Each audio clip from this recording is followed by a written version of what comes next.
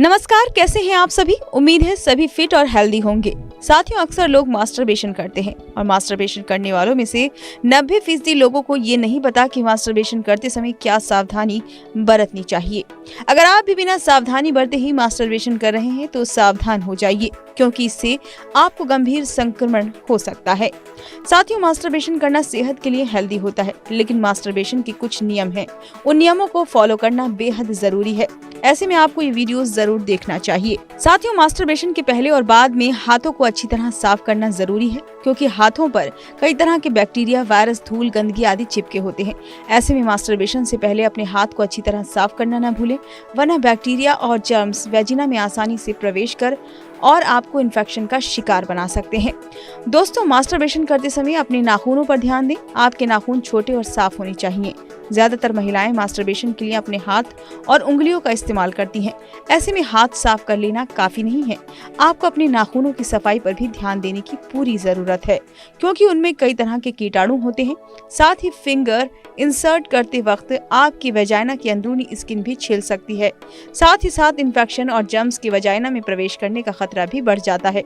अगर आप मास्टरबेशन के लिए सेक्स टॉयज का इस्तेमाल करते हैं तो सही सेक्स टॉय का चुनाव करना बेहद जरूरी है। इसलिए इस पर रिसर्च करें और सही सेक्स टॉय चुनें। इसके साथ ही आप चाहें तो सेक्स टॉय चूज करने में अपनी गायनेकोलॉजिस्ट की मदद ले सकती हैं।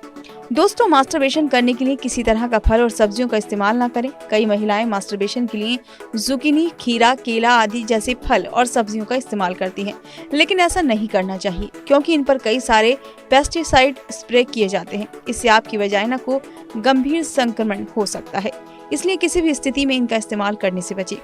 अगर आप मास्टरबेशन कर रहे हैं तो ध्यान रहे कि मास्टरबेशन के बाद यूरिन पास करना बहुत जरूरी है। जिस प्रकार पेनिट्रेटिव सेक्स के बाद यूरिन पास करने की प्राथमिकता दी जाती है, ठीक उसी प्रकार मास्टरबेशन के बाद भी आपको यूरिन पास करना चाहिए। ऐसा करने से वेजाइना में मौजूद बैक्टीरिया और जर्म ब्लैडर में प्रवेश किए बिना बाहर निकल जाते हैं और संक्रमण का खतरा बिल्कुल कम हो जाता है। साथियों, ज्यादातर महिलाएं पीरियड्स के दौरान मास्टरबेशन को अवॉइड करती हैं, लेकिन पीरियड्स में मास्टरबेट करना बिल्कुल भी नुकसानदेह नहीं है, बल्कि ये पीरियड्स के दर्द से राहत पाने में आपकी मदद कर सकता है। इस दौरान वेजाइनल संक्रमण होने का खतरा ज्यादा होता है, इसलिए मास्टरबेट करते वक्त हाइजीन का विशेष ध्यान रखें। अगर आप टैम्पॉन या मेंस्ट्रुअल कप का इस्तेमाल करती हैं तो मास्टरबेट करने से पहले इन्हें निकालना ना भूलें। इस दौरान की जाने वाली गतिविधियां आपके टैम्पॉन को अंदर की ओर धकेल सकती हैं, जिससे कि इसे बाहर निकलना मुश्किल हो सकता है। साथियों, मास्टरबेशन करना कोई गलत नहीं है, बस आपको मास्टरबेशन करते समय इन बातों का ध्यान रखना बेहद जरूरी है। साथियों, अगर आप मास्टरबेशन करते हैं तो आपको इन चीजों का ध्यान रखना जरूरी हो जाता है।